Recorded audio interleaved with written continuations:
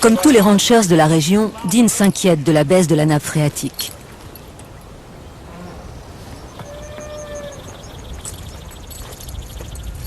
Version américaine du pot de terre contre le pot de fer, les 6000 habitants de la vallée ont engagé un combat inégal contre les maîtres du jeu. Tout d'un coup, ils se rendent compte qu'ils doivent construire un pipeline de plusieurs milliards de dollars, et tout ça pour soutenir le développement que eux-mêmes désirent, pour gagner encore plus d'argent. Alors moi je pose la question, que se passera-t-il quand il n'y aura plus d'eau? On reviendra ici dans 5, 10 ou 50 ans, et cette source-là, ce ne sera plus qu'un tuyau qui sort du sol? Et tous ces arbres qui sont là depuis des centaines et des centaines d'années, ils seront tous morts? Où la ville de Las Vegas ira-t-elle chercher de l'eau ensuite? Et que feront mes petits-enfants et mes arrière-petits-enfants? Où iront-ils quand il n'y aura plus d'eau pour eux?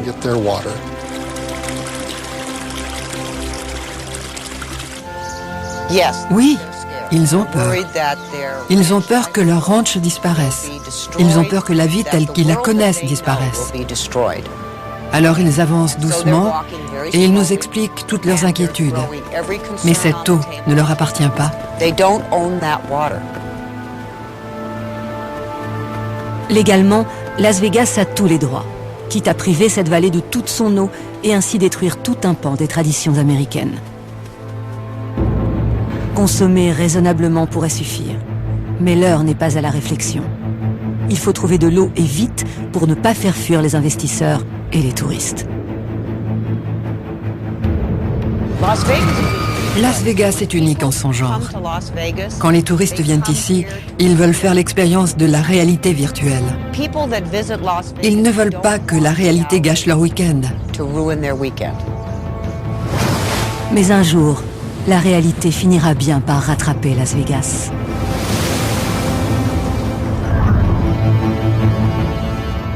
Voici justement l'anti-Las Vegas, Amman en Jordanie, une ville où l'eau est rare.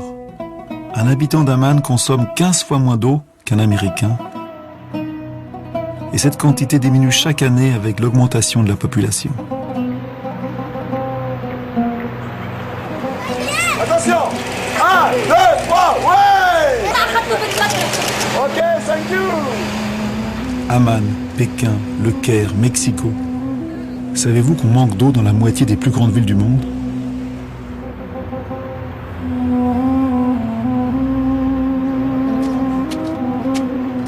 Le plus désolant, c'est que 30 à 50% de l'eau distribuée est perdue à cause des fuites dans les canalisations.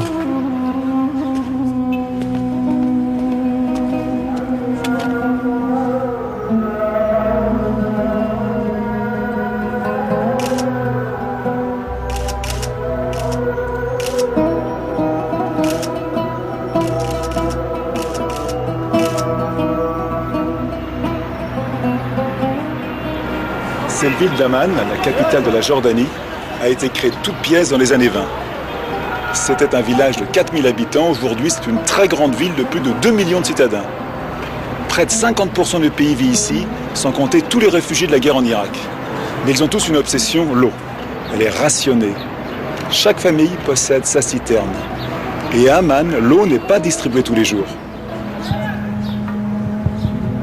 À Amman, par la force des choses, l'eau est devenue une marchandise trop chère. Tous les jours, 1200 camions-citernes circulent dans la ville pour livrer de l'eau aux habitants. L'eau du robinet à Amman ne coule qu'une fois par semaine.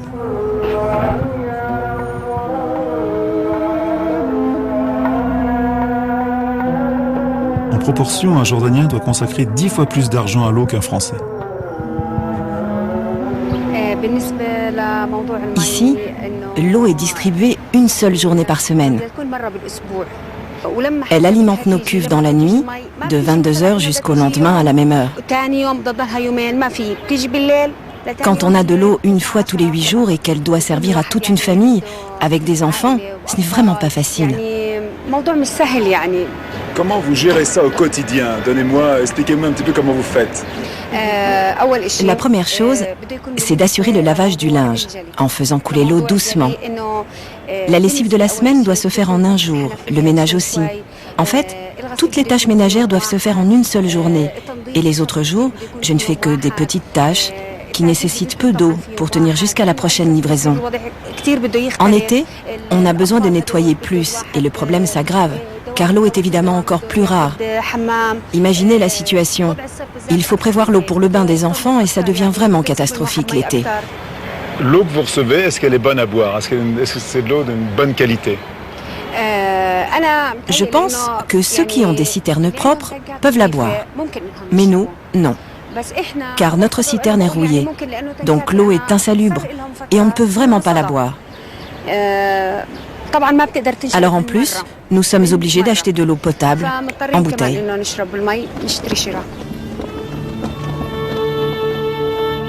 Pendant ce temps, nous Français, nous achetons près de 6 milliards de bouteilles d'eau par an parce que nous n'avons pas confiance dans l'eau du robinet. Et pourtant, qu'elle sorte du robinet ou qu'elle soit vendue en bouteille, c'est toujours la même eau qui circule depuis des milliards d'années. Ce circuit permanent, c'est le grand cycle de l'eau. Pour l'eau douce, tout commence dans les océans, qui concentrent 97% des eaux du globe. Sous l'action des rayons du soleil, une mince pellicule d'eau s'évapore, laissant le sel à la mer. Elle commence alors son long voyage dans les airs, sous forme de vapeur d'eau, puis se condense en nuages. Lorsque les micro-gouttes qui composent les nuages ont un diamètre suffisant, elles se transforment en pluie ou en neige. Une partie de cette eau est emprisonnée dans les glaciers. Ils représentent aujourd'hui les 2/3 de l'eau douce qui existe sur la planète. Une réserve à laquelle nous n'avons pas accès.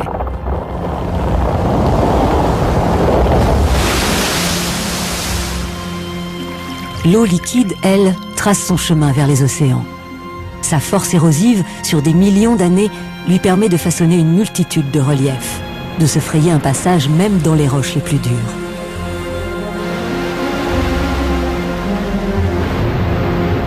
Une partie de l'eau qui coule sur la Terre plonge sous la surface. Si on exclut les glaciers, il y a 100 fois plus d'eau douce sous le sol que sur la Terre.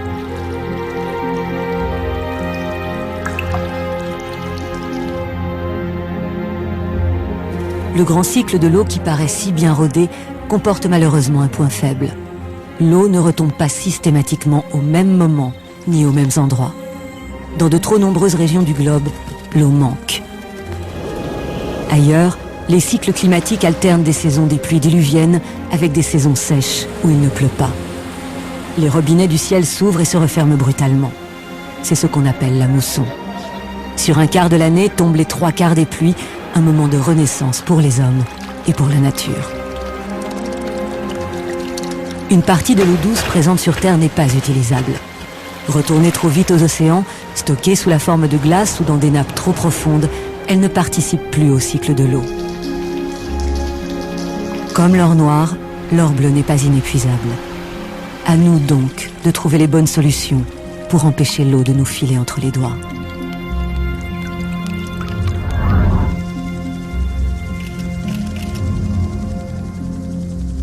Je survole maintenant la vallée du Jourdain. C'est toujours la même histoire. Ici, les eaux du fleuve ont été détournées pour irriguer les champs et alimenter les villes.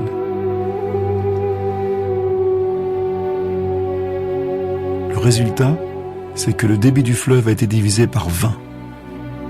Et une infime partie de ces eaux parvient encore jusqu'à la mer Morte.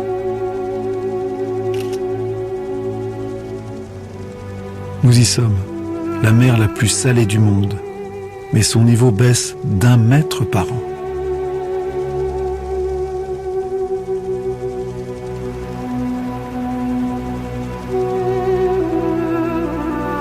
Les eaux de la mer Morte sont 10 fois plus salées que celles de l'océan.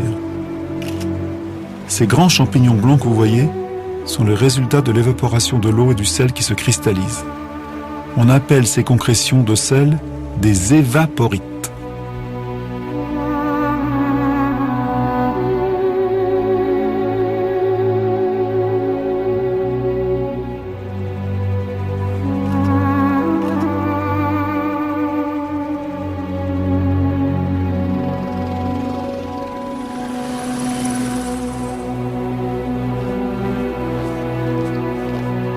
Nous sommes sur les rives israéliennes de la mer Morte. Ici, c'est l'endroit le plus bas du monde, 412 mètres en dessous du niveau de la mer. Depuis 50 ans, cette mer a perdu 30% de sa superficie et les experts estiment sa disparition en 2050.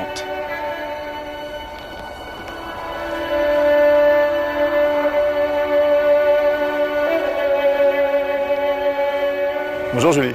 Bonjour. Julie, pourquoi la mer Morte disparaît? La mer Morte disparaît parce qu'on a rompu un équilibre qui était millénaire. C'est-à-dire que chaque année, l'eau de la mer Morte disparaissait par évaporation, parce qu'il fait très chaud ici en été. Mais cette quantité perdue par évaporation était rendue à la mer Morte par le fleuve Jourdain, qui est son seul affluent. Depuis une cinquantaine d'années, Israël a détourné les sources Jourdain et la Jordanie aussi, essentiellement pour développer l'irrigation à grande échelle. Donc le fleuve Jourdain n'est plus capable d'acheminer la quantité d'eau nécessaire pour remplacer l'eau perdue par évaporation. D'autre part, en aval, le phénomène d'évaporation est accéléré par deux compagnies qui littéralement traitent la mer Morte comme une mine et qui acheminent l'eau que nous voyons ici par un canal vers des bassins d'évaporation pour accélérer ce processus d'évaporation et récupérer les sels.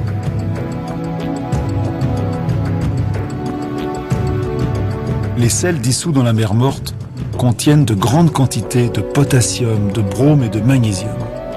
Ces matières premières sont très recherchées par l'industrie chimique et sont exploitées à grande échelle par Israël et la Jordanie.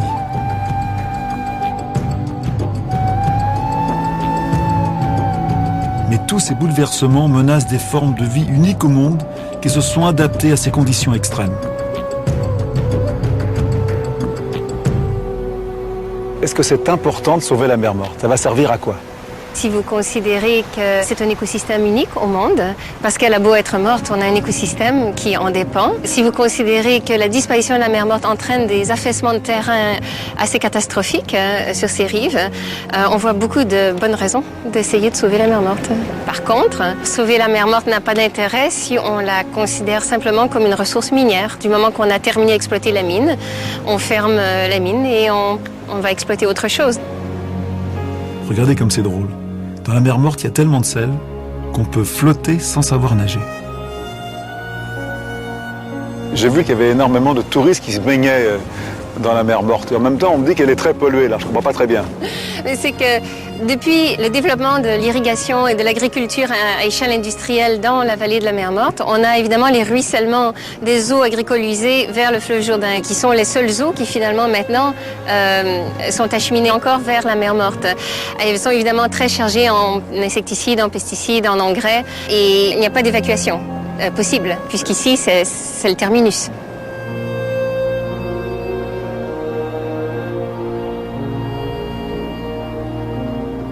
Alors il y a un grand projet d'un canal qui irait d'ici jusqu'à la mer Rouge, donc juste au bout là-bas, pour amener de l'eau de la mer Rouge justement ici. Qu'est-ce que vous pensez de ce projet? Alors c'est un projet en même temps que moi je trouve beau dans l'idée, parce qu'en fin de compte c'est un projet où les Israéliens, les Palestiniens, les Jordaniens vont travailler ensemble. Oui, ils travailleraient ensemble pour acheminer l'eau de la mer Rouge à la mer Morte, qui n'a pas du tout la même concentration en sel. Ça changerait l'écosystème de manière irrémédiable et pour toujours. Ça ne sauverait la mer Morte que dans le sens où on remplirait un trou d'eau. C'est tout, comme vous remplissez votre piscine. Comment va être réglé le problème de l'eau ici? La seule solution serait d'accepter de vivre avec notre planète, d'accepter que la ressource n'est pas infinie et qu'on ne pourra pas simplement faire grandir éternellement les quantités d'eau qu'on veut allouer à l'agriculture ou à l'industrie ou à la consommation domestique. Accepter les limites de notre planète. Julie a entièrement raison. Aujourd'hui, des lacs immenses sont quasiment asséchés. Je me souviens du lac Tchad que j'ai photographié. Regardez ce qui s'est passé. Il a perdu 95% de sa surface en 40 ans. Les coupables, ce sont la sécheresse, les barrages et l'irrigation. Là où il y avait quasiment une mer, il ne reste qu'un petit lac entouré de marécages.